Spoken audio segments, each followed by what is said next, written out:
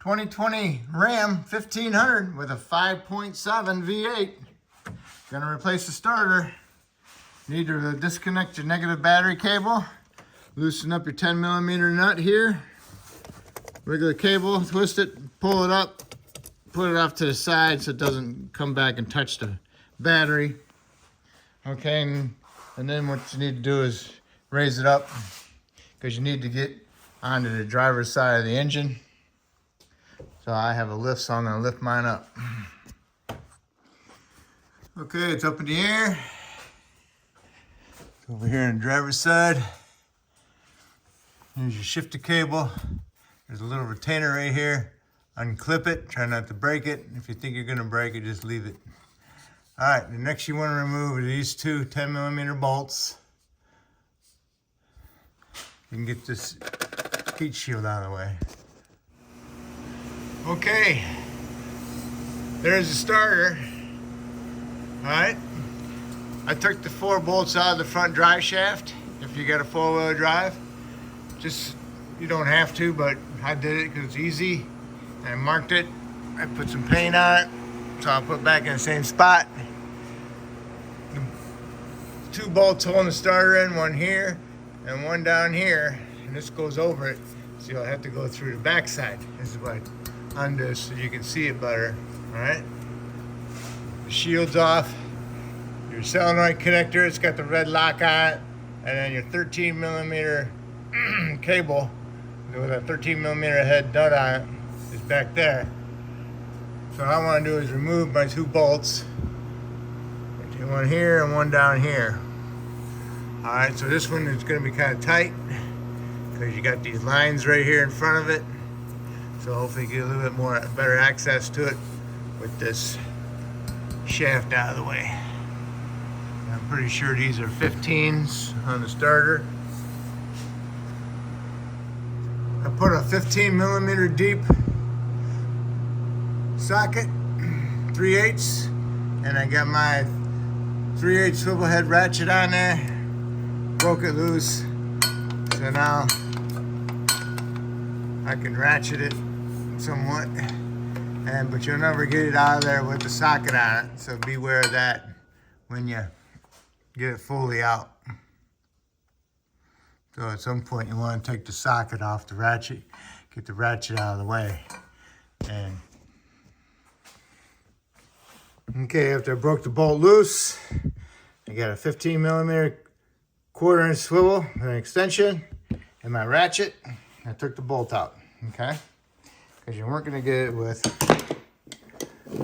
all this together. You couldn't get your fingers in there to get to the head of the bolt and turn it either. So that's how I got it out. Now I'm gonna do the top one. Top one, I just used a regular air ratchet. I broke it loose and everything. Sometimes that's what's great about air ratchets. Okay, push your shifter cable up out of the way. Get a 1/4" ratchet with a 13mm deep and break that nut loose on that starter solenoid. And then after it's pretty loosened, you can just go ahead and remove your ratchet and your socket and get your fingers up there and remove the nut, and then pull the cable off and put it off to the side. Be careful when you're removing the nut with the socket and ratchet on there because the dipstick tube gets in the way, so just be aware of that. Remove the red lock from your solenoid connector and then unplug it, and then push the whole harness behind the starter and then pull the starter out a little bit towards you.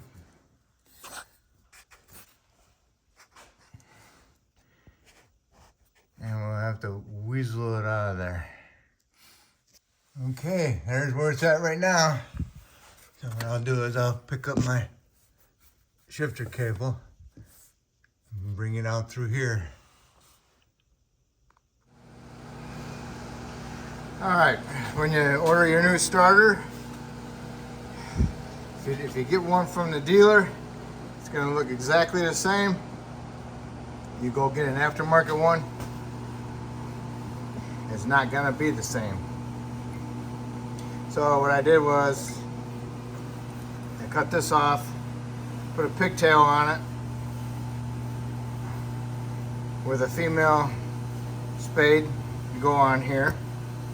I heat shrinked all my connectors, and what I'm going to do is put this aftermarket one up in there, put some NSCs on these threads, put my nut on there. This nut was the factory nut. I like this better than this nut, so I'm going to use factory nut. And then I'll put my female spade on here, and I'll get my soldering gun up in there, and I'll put a little bit of solder on it. It'll help hold it on there and keep it from corroding. Then also what I'll do is I'll put a piece of heat shrink over my connector spade, and after I solder it on there, I'll put it on there and heat it up and shrink it on there. But mainly what you gotta watch out for is the bolts, and that one's different. So I'll only have one bolt on my shield. I don't know why they can't get this stuff right, but yeah, trying to save yourself some money and time, because starter's a week out from the dealer. The aftermarket one was a day and a half, so here I am. Got my two starter bolts started. Once you get them both snugged up, go ahead and tighten them up. Get your main battery lead connected to the solenoid with the nut. Put your terminal on there. Snap it in if you got the right one. If you got the wrong one, you put a spade on it. I soldered it to it. Got my heat shrink. I'm going to put over it and heat shrink it over it. And then I'll go ahead and put my shield on. And I'll reattach my shift cable. And then I'll put my drive shaft back in. Line up my paint marks. And tighten those bolts up after I get them all started and snugged up. I also saved my connector in case it comes back and the aftermarket one doesn't work good, then I can always put my connector back on. I put a pigtail on it. Okay, connect your negative cable back up, tighten your 10mm nut, go inside and start it, see how it sounds, do it a couple times. Sounds good? Mine sounds good.